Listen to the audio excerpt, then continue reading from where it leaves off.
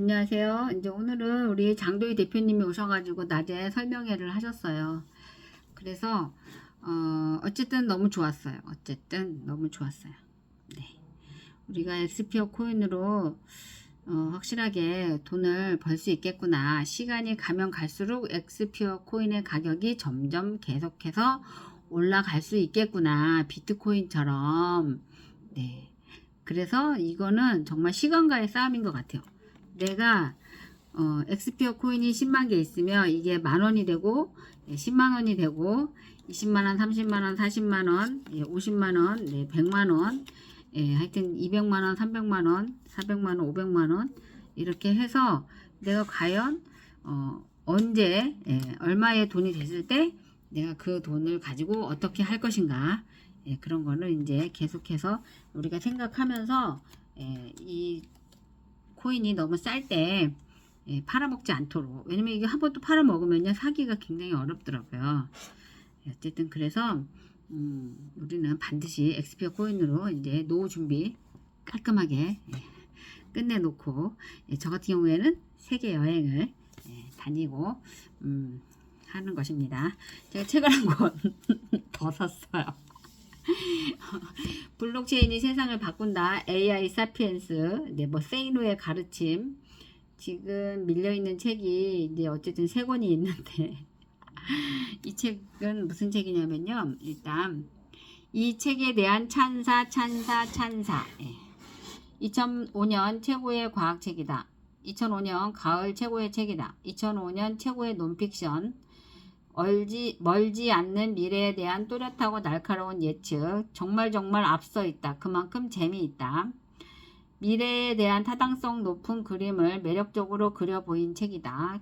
커즈 와일은 진정한 과학자다. 폭넓은 시야와 포용력을 가졌다. 우리 시대 가장 중요한 사상가 중 하나인 커즈 와일은 전작에 이어 놀랄만한 넓이와 어마어마한 규모를 가진 작업을 해냈다. 하나의 종으로서 인류가 어디를 향해 가고 있는지 깊이 있게 살펴보는 흥분되면서도 무섭기도 한 시각.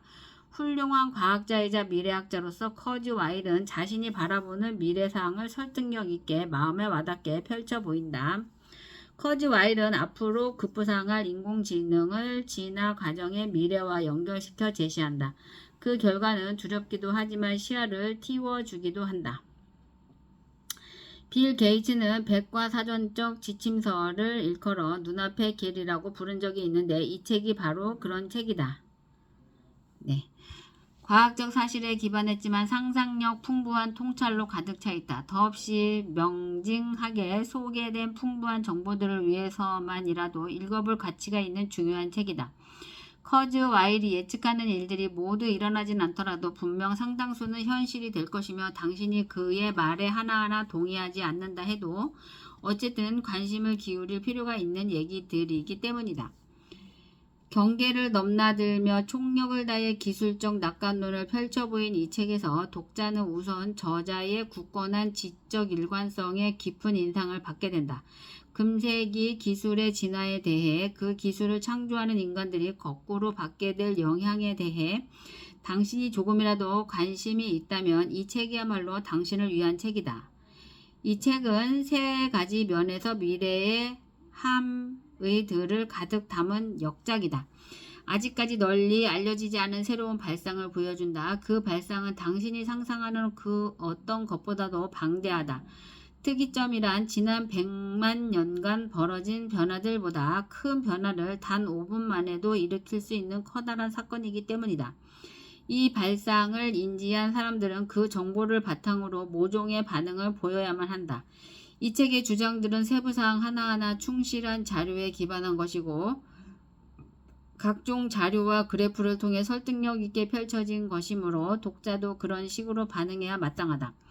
물론 이 책의 주장은 너무나 엄청난 것이라 그것이 사실이라면 그것은 우리가 아는 이 세상의 종말을 의미할지도 모른다. 그러나 또한 유토피아의 시작을 의미할 것이다. 레이 커즈와일은 지난 몇십 년간 진행된 특이점에 대한 모든 논의들을 그려 모아 하나의 어조로 정리하고는 우리 눈앞에 당당히 들이밀었다. 나는 이 책이 다가올 세대에 가장 자주 인용될 것이라고 생각한다. 1972년 출간되어 사람들을 혼란스럽게 했던 폴 에르리히의 인구 폭발과 비슷하다. 이 책을 지지하는 사람이든 반대하는 사람이든 논의의 진앙이 이 책임을 인정하지 않을 수 없을 것이다. 특이점이 온다. 책 제목이 특이점이 온다예요. 특이점이 온다. 껍데기를 얻어놨죠. 예. 그래서 기술이 인간을 초월하는 순간 특이점이 온다. 특이점이 온다. 네.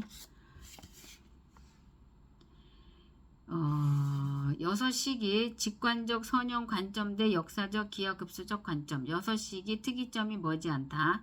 기술 진화 이론 수학 가속의 법칙.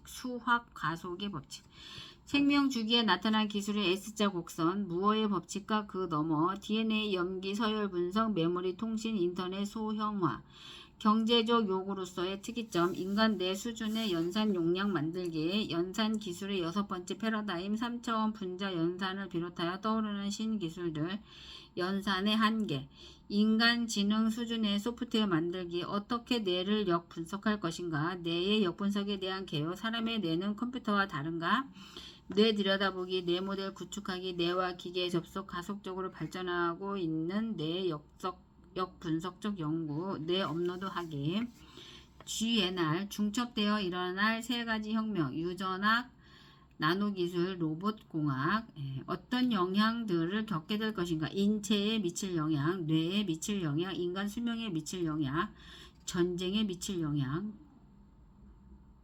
학습의 일에 놀이에 미칠 영향, 우주의 지적 운명에 미칠 영향.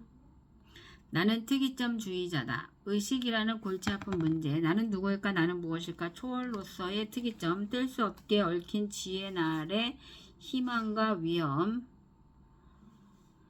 비판에 대한 반론. 비판에 대한 반론, 다양한 비판들, 믿을 수 없다는 비판, 멜서스주의자들의 소프트웨어에 관한, 아날로그 처리 방식에 관한, 신경 정보 처리의 복잡성에 근거한 미세소관과 양자 연산에 관한, 처치, 튜링 명제에 관한, 실패율에 대한 지적, 속박 효과에 대한 지적, 존재론 입장의 비판, 컴퓨터 의식을 가질 수 있는가, 빈부격차에 대한 지적, 정부 규제 가능성에 대한 지적, 유신론 입장의 비판, 전체론 입장의 비판. 컴퓨터의 기능이 2년마다 2배씩 증가한다는 무어의 법칙이 있다. 우리가 사용하는 현재의 $1000짜리 컴퓨터가 2030년 경에는 사람의 두뇌와 동등한 성능을 보이고 2060년경에는 모든 인류의 두뇌를 합한 것만큼의 성능을 보일 것이라고 예언한 사람이 있다. 그가 바로 레이 커즈와일이다. 그가 말한 세상은 말하자면 매트릭스나 마이너리티 리포트 등에 나오는 과학 공상 영화 속의 세상이다. 나는 학생이나 기업인들을 대상으로 강연할 때 그의 그래프를 보여주면서 미래의 세상이 어떻게 발전할 것인지 얘기해주곤 했다. 우리 시대 가장 뛰어난 발명가이자 미래학자 가운데 한 사람인 커즈와일은 이전의 책들을 통해서 줄곧 기술의 미래에 대한 자신의 분석과 예측을 소개해왔지만 이 책은 그 중간에 모든 주장을 한자리에 모았을 뿐 아니라 개념을 명료화해 짜임새 있게 정리했고 나아가 훨씬 미래의 모습까지 대담하게 기술하여 자신의 이론의 외연을 넓혔다. 그의 이야기를 허무맹랑한 소리라거나 과학소설에나 나올 법한 소리라고 평하는 사람도 많다. 그만큼 충격적이고 대담하고 일견 황당하고 너무나 심란한 예측들이기 때문이다. 특히 특이점까지의 과정이 아니라 그 너머의 시대를 예측하는 부분은 당연하게도 수많은 과정과 상상에 기대고 있기 때문에 그만큼 논란의 여지도 많다. 그러나 커즈와일의 이야기에 귀를 기울여야 하는 이유도 분명하다. 스스로 시대를 앞서가는 발명을 해온 사람으로서 그의 미래 예측은 상상이나 몽상이 아니라 엄격한 과학적 분석에 근거한다. 증거가 있는 것에 대해서는 꼼꼼하게 근거를 들고 가정이 필요한 대목에서는 여러 시나리오를 모두 점검하여 다양한 결론을 제시한다. 아무리 충격적이고 서로 받아들이고 싶지 않은 예측이라 해도 눈을 감고 외면할 수 없는 이유는 커즈와일의 말맞다나 특이점이 그리 먼 미래가 아닐지 모르며 완벽하게는 아니더라도 어느 정도는 반드시 이 기술 분석가가 예측한 세상이 도래할 것이기 때문이다. 누구라도 커즈와일의 시각에서 옥석을 가려내고 제 스스로의 예측에 길잡이 삼으며 미래에 대한 그림을 그리는데 실마리로 삼을 수 있을 것이다. 빌 게이츠 등 우리 시대의 기술, 나아가 문화와 사회를 이끌어가는 뛰어난 자들이 그의 의견에 귀를 기울이고 있다는 사실은 많은 점을 시사해준다.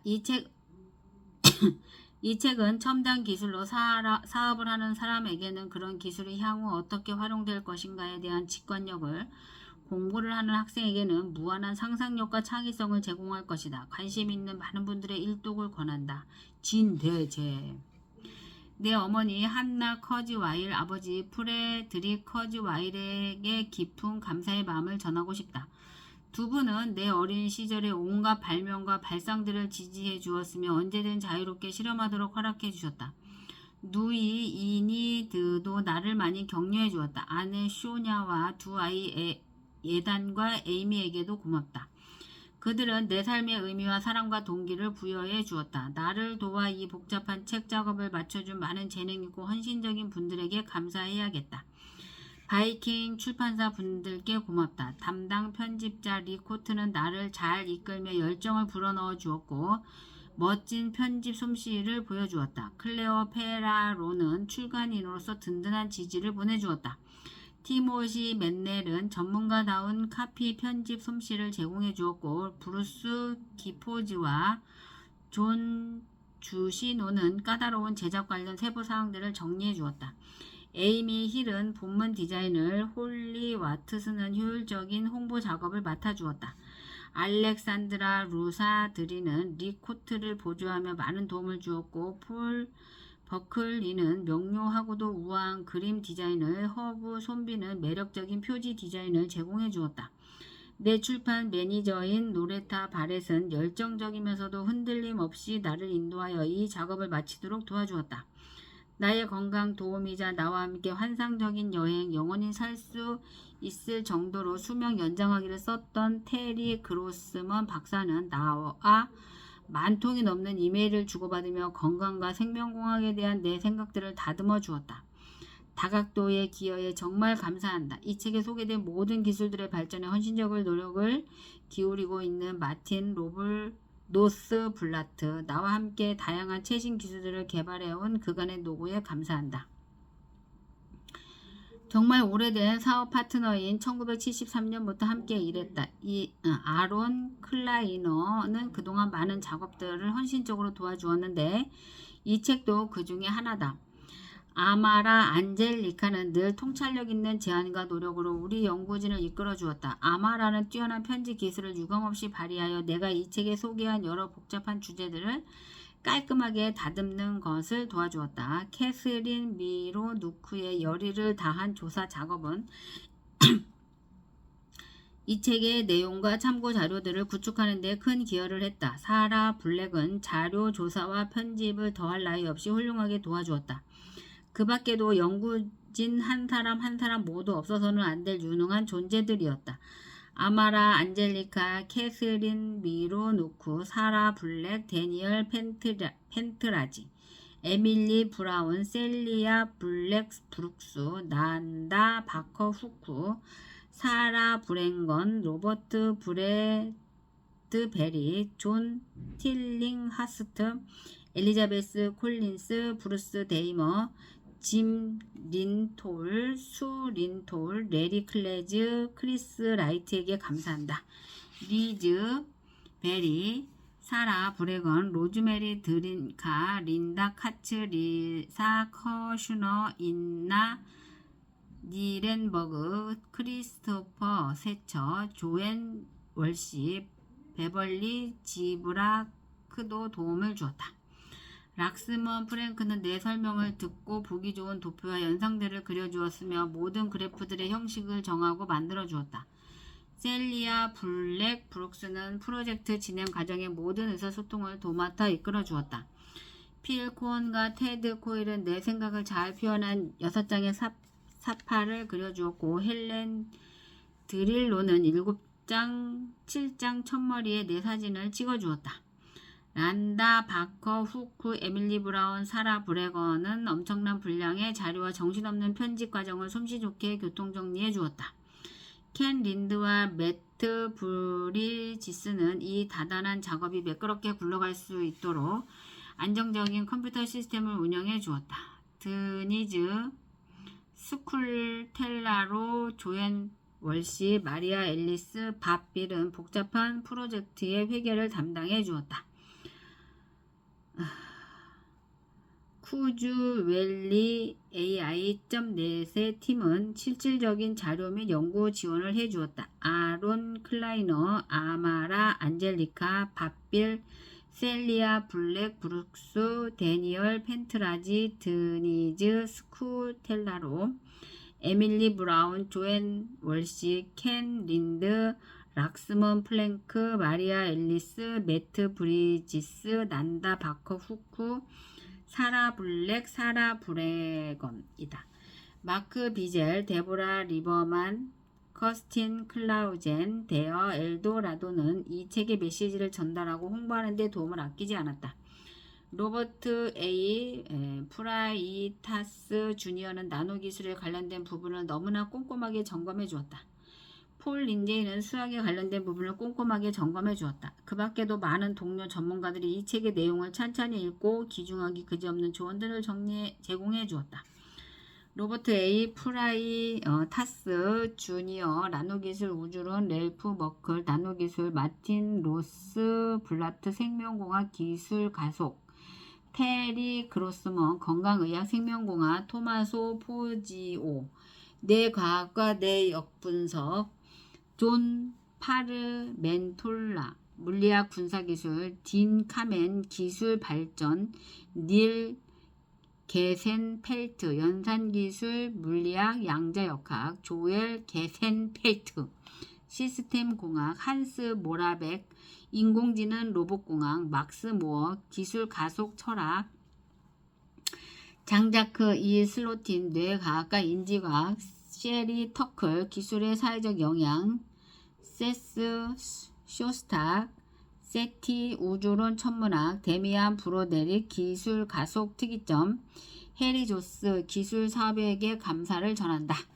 유능한 첫 독자가 되어준 동료도 있다. 아마라 안젤리카, 사라 블랙, 캐스린 미로누쿠, 난다 바커 후쿠, 에밀리 브라운, 셀리아 블랙 브룩스, 아론 클라이너, 켄 린드, 존 샬루파, 폴 알브레 히트가 그들이다. 전문가는 아니지만 늘 예리한 조언을 제공해주는 독자들, 내 아들 에단 커즈와일과 데이비드 달림풀에게도 고맙다. 빌 게이츠, 에릭 드렉슬러, 마빈 민스키는 그들과 나눈 대화를 이 책에 실어도 좋다고 허락해 주었다. 그 대화 속에 포함된 그들의 뛰어난 통찰은 내게 큰 도움이 되었다. 나는 기하급수적으로 팽창하고 있는 인간의 지식 기반의 발상과 노력으로서 기여하고 있는 모든 과학자와 사상가들에게도 감사하고 싶다. 위에 거론한 분들의 발상과 올바른 지적들 덕분에 나는 이 책을 쓸 수 있었고 그들의 노력에 감사할 기회도 가질 수 있었다. 그러나 이 책에 실수가 존재한다면 그것은 전적으로 내 책임이다. 생각의 힘. 이 세상의 어느 누구도 발명가가 자신의 지적 창조물이 성공하는 것을 볼 때 느끼는 전율보다 더 큰 전율을 느끼지는 못할 것이다.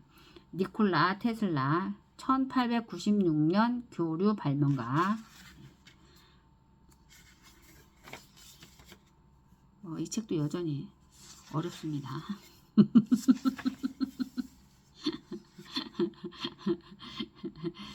야, 일단 이거 한 달라고. 5살 되던 해에 나는 발명가가 되겠다는 꿈을 세웠다. 나는 발명가가 세상을 바꿀 수 있다고 생각했다. 다른 아이들이 커서 무엇이 될까 이리저리 궁리하고 있을 때 나는 이미 장차 무슨 일을 할지 알았으므로 뿌듯했다. 당시 내가 만들고 있던 달 로켓은 실패했지만 케네디 대통령이 달 탐사에 나서기 10년도 전이었다. 8살이 되던 해에 나의 발명은 기계 장치로 무대와 배우들을 움직일 수 있는 로봇 극장이나 가상 야구 게임과 같이 조금 더 현실적인 꼴을 갖춰갔다. 유대인 대학살에서 살아남은 예술가인 나의 부모님은 내가 좀 더 세속적이고 편협하지 않는 종교적 교육을 받길 원했다.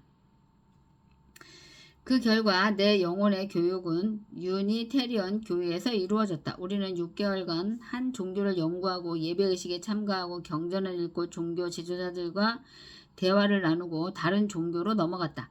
주제는 진리로 가는 여러 갈래의 길이었다. 물론 종교 간에 첨예하게 모순되는 부분도 있지만 세 개의 종교적 전통 사이에는 많은 유사성이 있다는 것을 나는 알게 되었다. 기본적인 진실은 외관상의 모순을 초월할 만큼 충분히 심오하다는 것도 깨닫게 되었다.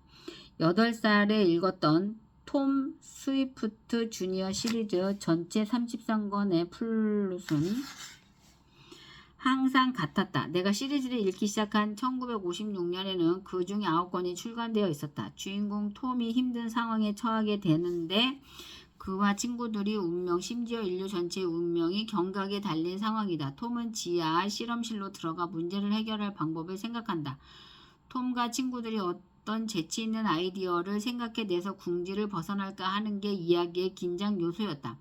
교훈은 간단했다. 우리는 올바른 생각을 통해 불가항력의 난제로 보이는 것까지 극복할 수 있다는 것이다.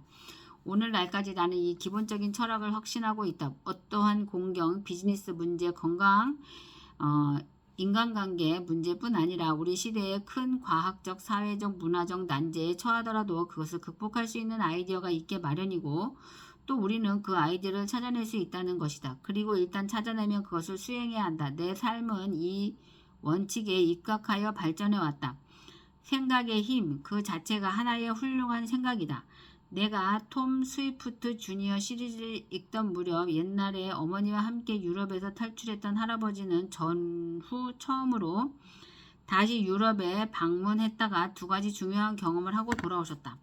하나는 그가 1938년에 피난을 떠나게 만들었던 사람들이 독일인과 오스트리아인들에게서 받은 친절한 대접이었다. 또 다른 하나는 레오나르도 다빈치의 필사 원고를 손에 직접 만져볼 수 있었던 것이다. 2가지 얘기가 모두 나에게 영향을 미쳤지만 후자는 더욱 강렬하게 기억에 납니다. 할아버지는 마치 신의 작품을 만져본 것처럼 경외심을 가지고 이야기해 주었다. 당시에는 이것이 나를 기른 종교였다. 인간의 창조력과 생각의 힘에 대한 숭배 말이다. 1960년 12살이 되었을 때 나는 컴퓨터를 접하고 그것이 세계를 모방하고 재창조하는 능력에 매료되었다. 나는 맨해튼의 카날 스트리트에 있는 전자기기점, 이 점포들은 지금도 거기에 있다를 배회하며 부품을 모아 나만의 컴퓨터 장치를 만들었다. 1960년대에 나는 친구들 마냥 당대의 음악적, 문화적, 정치적 흐름에 몰두했지만 그보다 잘 알려지지 않은 또 다른 트렌드, 말하자면 덩치가 커다란 7000 시리즈 7070, 7074, 7090, 7094부터 사실상 첫 번째 미니 컴퓨터였던 작은 1620 모델까지 IBM이 내놓은 놀라운 일련의 기계들에도 빠져들었다. 거의 1년에 하나씩 새 모델이 더 싼 가격으로 더 강력한 기능을 가지고 등장했다. 지금의 우리에게는 익숙한 발전 속도다. IBM 1620을 사용할 수 있게 된 나는 그것으로 통계 분석 프로그램과 작곡 프로그램을 만들었다. 나는 1968년에 당시 뉴 잉글랜드에서 가장 강력한 컴퓨터였던 최신 IBM 360 모델 91을 안전하게 보관하고 있던 굴 속 같은 방에 출입 허가를 얻어 들어갔던 때를 지금도 기억한다. 이 컴퓨터는 100만 바이트, 1메가바이트의 자기 코어 메모리와 초당 100만 개의 명령을 처리할 수 있는 속도 1MIPS를 가지고 있었는데도 임대료는 1시간에 $1000밖에 하지 않았다. 나는 고등학생들을 지원 대학에 매칭시키는 컴퓨터 프로그램을 개발했다. 그리고 기계가 각 학생의 지원서를 처리하는 동안 프론트 패널 불빛이 특유한 패턴으로 반짝이는 것을 매혹적으로 바라보았다. 나는 프로그램의 코드 한 줄 한 줄을 잘 알고 있었지만 그럼에도 불구하고 각 사이클의 결과를 처리하면서 몇 초간 불빛이 깜빡일 때 마치 컴퓨터가 깊은 생각에 잠겨있는 것처럼 느꼈다. 실제로 이 컴퓨터는 우리가 10시간 걸려도 부정확하게 처리할 일을 10초 만에 아무런 오류 없이 처리할 수 있었다.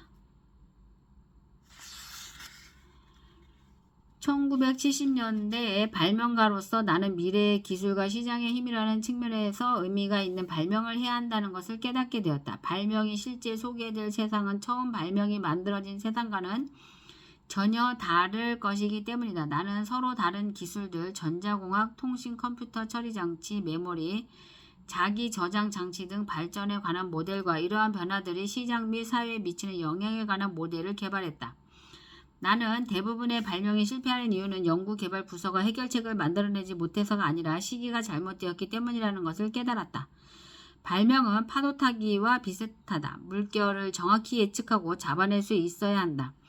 여러 기술 동향과 그 의미에 대한 내 관심은 1980년대에 시작되었다. 나는 내 모델들을 이용해 2000년, 2010년, 2020년 그리고 그 이후에 등장할 미래의 기술과 혁신을 추정하고 예측했다. 이를 통해 미래의 가능성을 이용할 발명품을 상상하고 설계함으로써 미래에도 통할 만한 발명들을 할 수 있었다. 1980년대 중후반에는 첫 책인 지적 기계의 시대를 썼다.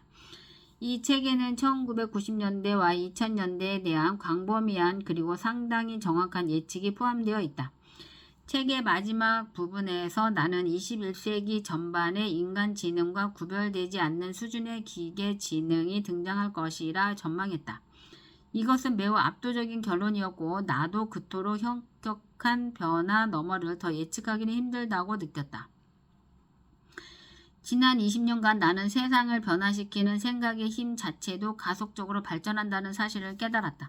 이렇게 말하면 사람들이 보통 쉽게 동의한다. 하지만 이 사실이 의미하는 바를 완전히 이해하는 사람은 많지 않다. 십수년 안에 우리는 생각의 힘으로 오래된 문제들을 정복할 것이고 그 과정에서 몇몇 새로운 문제들을 끌어들일 것이다. 1990년대 나는 모든 정보 관련 기술의 뚜렷한 가속에 관한 경험적 데이터를 수집하고 이러한 관찰에 기초해서 수학적 모델을 다듬었다. 나는 수학 가속의 법칙이라고 칭한 이론을 정립했다. 기술과 진화 과정이 기하급수적으로 발전하는 이유를 설명한 이론이다. 1998년에 쓴 영적 기계의 시대에서는 기계와 인간 인식의 경계가 흐려진 이후 출현할 인간의 본질을 명확히 하려 했다. 나는 우리의 생물학적 유산과 생물학을 초월한 미래가 밀접하게 협력할 때가 온다고 보았다. 영적 기계의 시대 출간 이후에 나는 우리 문명의 미래와 우주에서 우리의 위치에 대해 생각하기 시작했다. 우리를 훨씬 능가하는 지능을 가진 미래 문명을 상상하기는 쉽지 않지만 마음속에 현실의 모델을 만드는 능력 덕분에 우리는 인간이 창조할 비생물학적 지능과 인간의 생물학적 사고가 융합된다는 것이 어떤 의미일지 합리적으로 통찰해 볼 수 있다. 이것이 바로 이 책에서 하고 싶은 이야기이다. 우리가 우리 자신의 지능을 이해할 수 있으며 말하자면 스스로의 소스 코드에 접근해서 나아가 수정하고 확장할 수 있다는 생각을 전제하는 이야기이다. 혹자는 인간의 사고를 활용해서 인간의 사고를 이해한다는 것에 의문을 제기하기도 한다. 인공지능 AI 연구자 더글러스 호프 슈테터는 인간의 뇌가 스스로를 이해할 만한 능력이 없다는 것은 그저 어쩔 수 없는 운명이다. 범속한 기린을 생각해보라. 기린의 뇌가 자기 이해에 필요한 수준 이하라는 것은 분명하다. 그런데 인간의 뇌는 기린의 뇌와 그다지 다르지 않는 것이다 라고 이야기한다. 그러나 우리는 이미 우리 뇌의 일부 뉴런과 중요한 신경계를 모델링 하는 데 성공했고 모델의 복잡성은 빠른 속도로 증가하고 있다. 책에서 자세히 설명하게 될 주제인 인간 뇌 역분석 분야에서 이루어진 발전을 보면 우리가 스스로의 지능을 이해하고 모델링하고 확장할 능력을 가지고 있다는 것은 틀림없어 보인다.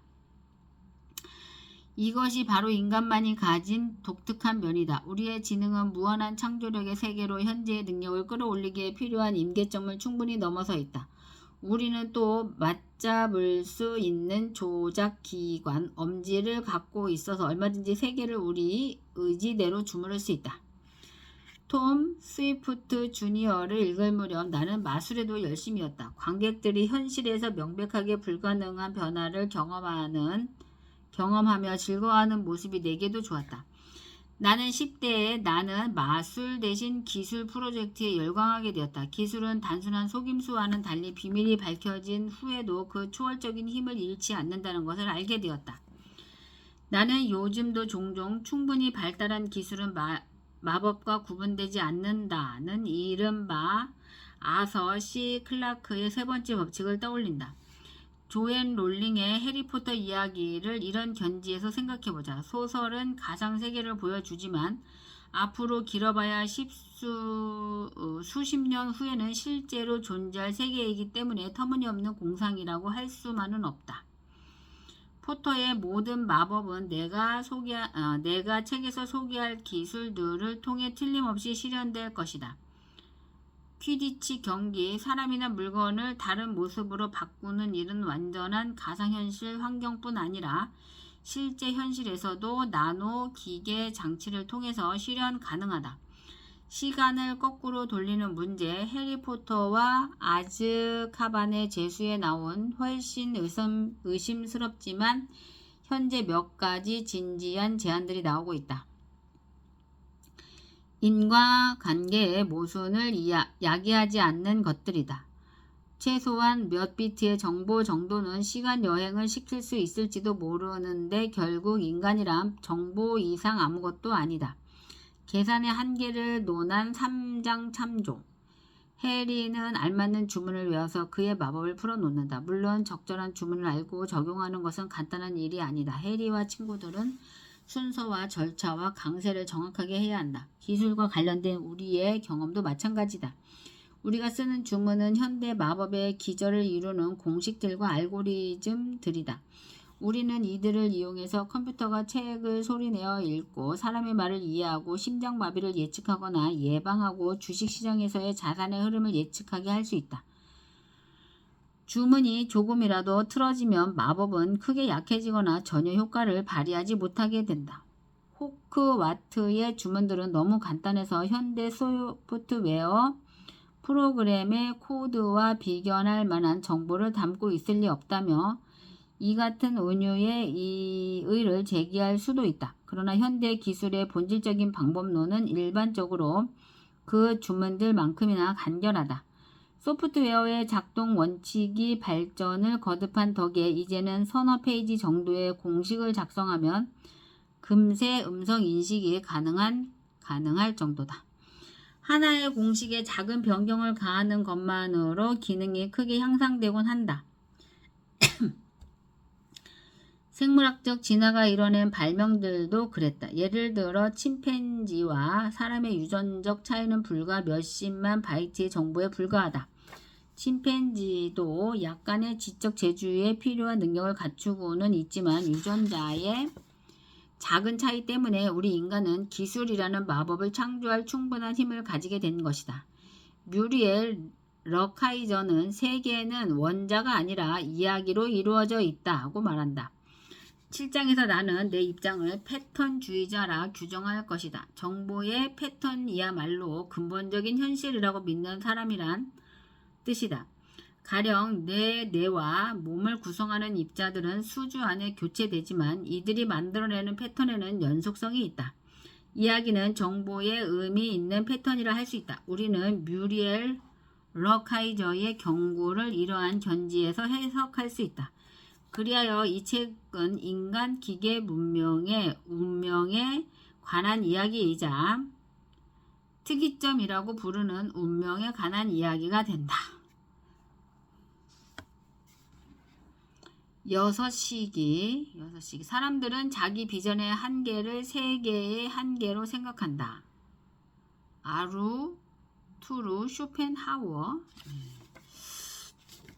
하여튼 쉬운 책은 아니군요.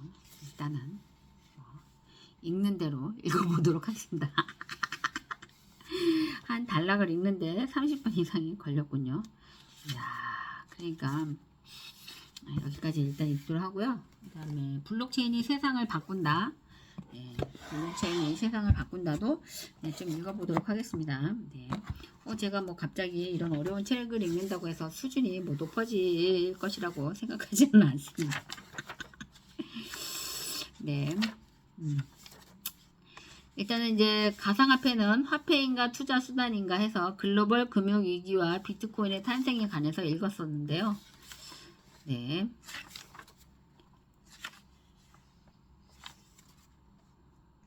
여기에서 이제 그 튤립에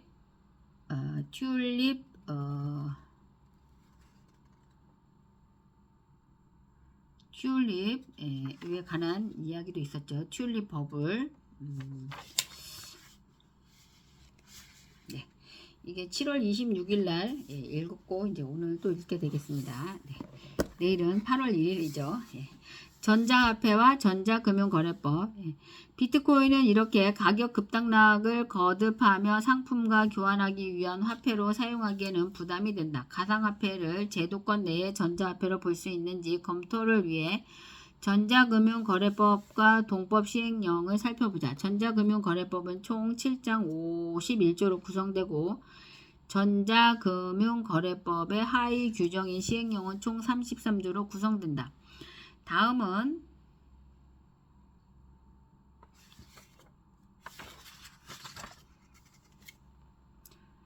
여기를 읽었었네요. 그죠? 어쨌든 읽었었는데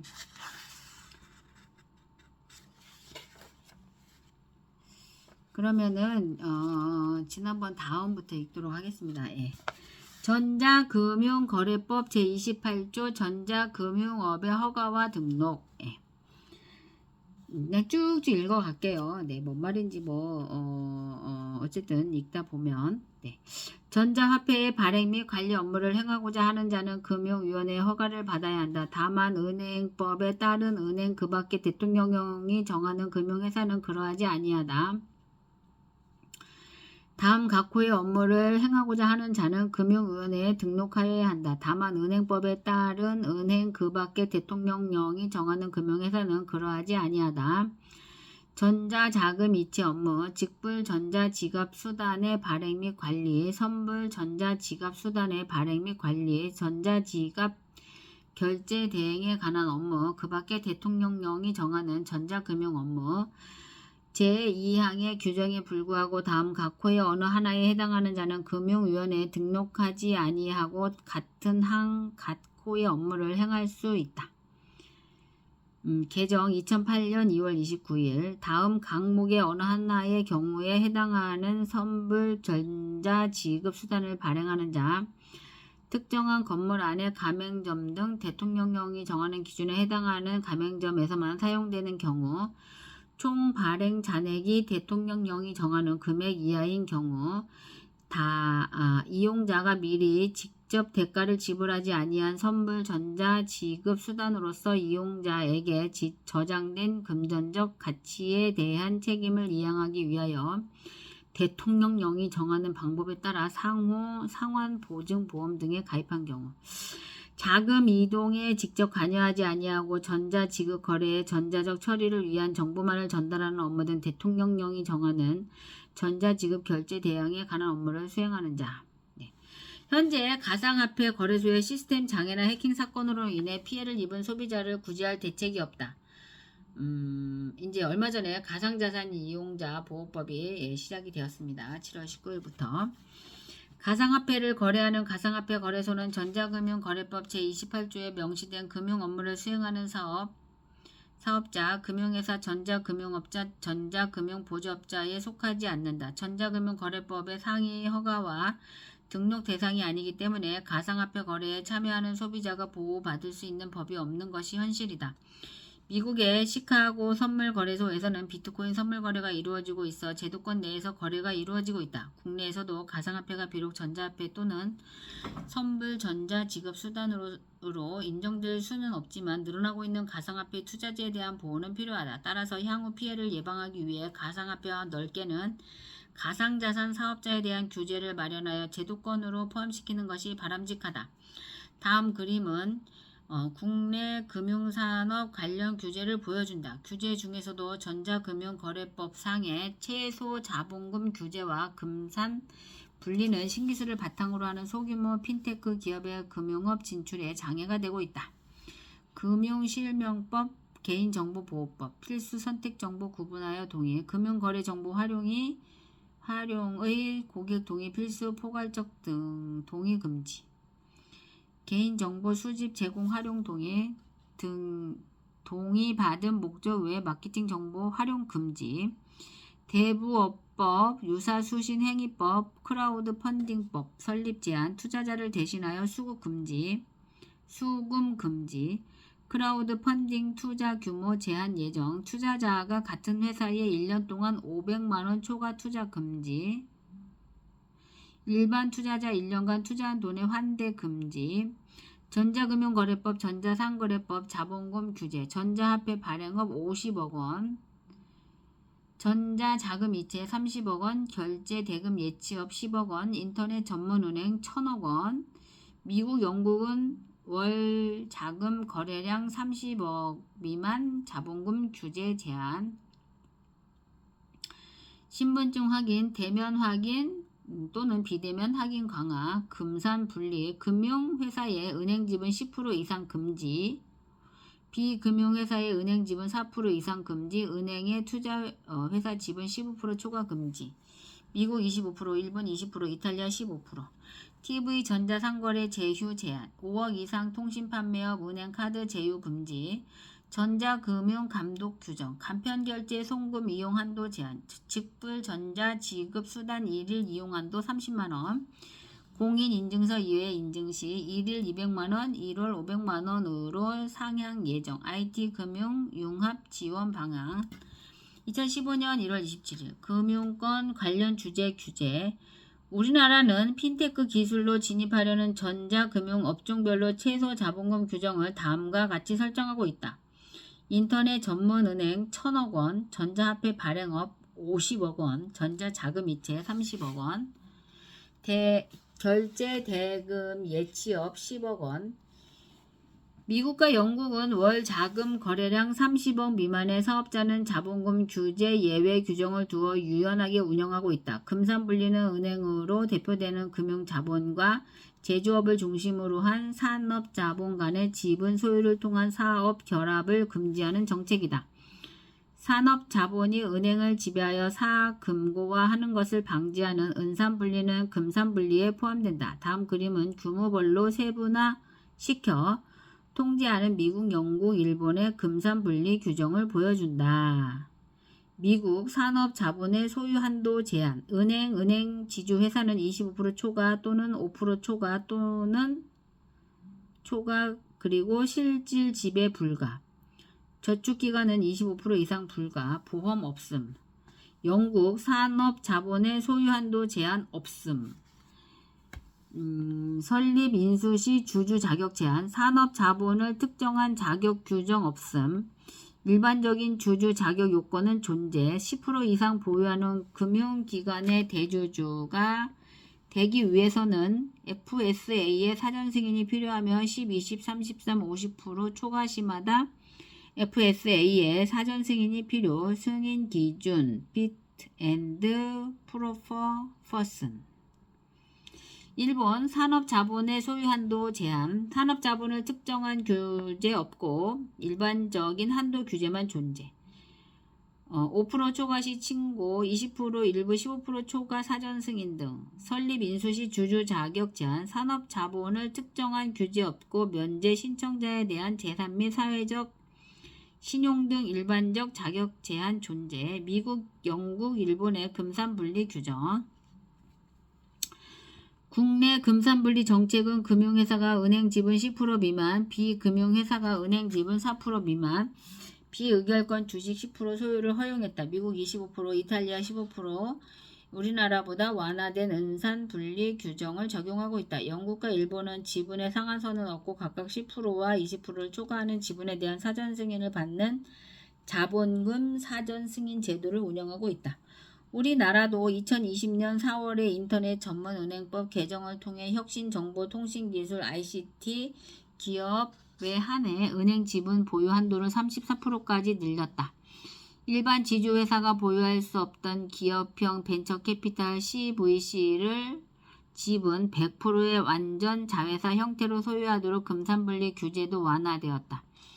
향후에는 급변하는 금융 환경에 유연하게 대응하기 위해 금융 선진국처럼 규모별로 차별되게 적용하는 핀셋 규제 도입을 검토할 필요가 있다. 이제 외화 송금 수단으로 가상화폐의 적법성을 살펴보자. 가상화폐가 전자화폐로 인정받지 못하고 있지만 전자지갑을 통해 국경을 넘는 송금에 활용되고 있다. 국내에서 외환 이체를 수행하는 전자지급 결제 대행업자는 여타 금융 업무와 달리 금융당국이 아닌 기획재정부 외환제도과에서 제정하는 외국환 거래법의 규제를 적용받는다. 다음은 외국환 거래법 시행령 제13조의 내용을 보여준다. 외국환 거래법 시행령 제13조 외국환 업무의 등록 1. 법 제8조 제1항 본문에 따라 외국환 업무를 업으로 하려는 자는 다음 각호의 사항을 적은 신청서에 재무상태, 재무상태표, 손익계산서 등 기획재정부 장관이 정하여 고시하는 서류를 첨부하여 기획재정부 장관에게 등록을 신청해야 한다. 명칭, 본점 및 국내 영업소의 소재지, 외국환 업무의 취급 범위, 자본, 시설 및 전문 인력에 관한 사항, 임원에 관한 사항. 현재 은행을 통한 외환송금은 송금 금액 크기와 무관하게 수수료를 징수한다. 1,000달러를 송금하면 전신료, 돈을 보내는 비용, 과 중개은행, 현지은행 수수료도 약 5, 6만 원을 부과한다. 중개은행 없이 송수신 고객 간 직접 연계하는 핀테크 기술은 외환송금 수수료를 절감시켜준다. 영국 핀테크 기업 트랜스퍼와이즈는 1,000달러 송금 시 비용을 60-70%를 절감시켜준다. 국내는 포지티브 방식의 규제를 통해 최소한의 자본금을 통한 금융 안정을 담보한다. 기술력이 뛰어난 핀테크 기업도 일정 규모의 자본 없이는 금융업 진입이 어려울 수밖에 없다. 소액 외화 이체 분야의 핀테크 기업 육성을 위해 2016년 3월 15일 외국환 거래법 제8조 외국환 거래법 시행령 제13조와 외국환 거래 규정 2조, 22조의 2를 개정하여 전자지급 결제 대행 업자에게 외환 이체업을 허용하였다. 이러한 소액 외화 이체업의 도입으로 은행뿐만 아니라 보험사, 증권사, 핀테크 업체, 외국계 기업도 외환 송금 업무를 수행할 수 있게 되었다. 소액 외화 이체업자는 자본금 3억, 기존 10억과 전산 설비를 갖추고 은행과 업무 협약을 맺으면 1인당 건별 3,000달러, 연간 3만 달러까지 외화 송금이 가능해졌다. 98년 국외 전문 결제회사로 설립된 페이게이트는 외국환 업무, 외국환 거래 규정 제2의 22조의 2, 1항의 1호 및 2호 취급기관으로 등록하였다. 2016년 4월 노벌 핀테크 업체 트랜스퍼와이즈와 제휴를 통해 해외에서 한국으로 돈을 보내는 해외발 송금 서비스 허가를 받았다. 페이게이트는 외국환 거래법 제8조 및 외국환 거래법 시행령 제13조의 규정에 따라 외국환 거래법 등록을 하여 전자상거래 등 재화 용역의 거래 영역에서 발생하는 글로벌 송수금에 대한 허가를 받았다. 가상화폐를 이용한 송금에 드는 수수료는 송금 금액에 비례하지 않고 송금 건당으로 지불하므로 금액이 클 경우 기존 핀테크 기업보다 절감 효과가 더 크다. 하지만 비트코인이나 이더리움 같은 가상화폐는 발행자가 없어 국내 외환 거래 규정을 준수한 소액 외화 이체업 자체에 대한 자격을 충족할 수 없다. 하루빨리 가상화폐 관련 규정을 정비하여 지금도 범법자가 양상되는 현실을 개선하는 것이 바람직하다. 최초의 가상화폐 비트코인은 화폐인가? 예. 일단은 머리가 너무 아픈 관계로 이제 그만 읽도록 하겠습니다. 네, 감사합니다. 안녕히 주무시고요. 내일 또 만나요. 내일은 8월 1일이고요. 우리 블록 매니아가 이제 시작한 이제 1년이 돼서 예, 내일 첫 돌 예, 생일입니다. 내일 저희 여기 센터에서는 떡도 하고 네, 맛있는 하여튼 있으니까 예, 시간 내서 오시기 바랍니다. 감사합니다. 굿나잇. 좋아요 눌러주시고요. 좋아요. 예, 구독도 눌러주세요. 너무 오늘 이것이 참 제가 네 하여튼 뭐 그냥 가보겠습니다. 네, 오직급 이면정입니다. 감사합니다. 나는 기적이다. 나는 기적이다. 나는 기적이다. 오직급 이면정입니다. 감사합니다. 오직급 이면정입니다. 감사합니다. 현정이에게 기적이 일어나게 해주셔서 감사합니다. 현정이는 한계가 없다. 현정이는 가치가 있다. 현정이는 현정이를 믿는 유일한 신이다. 네, 감사합니다. 내일 또 뵙겠습니다.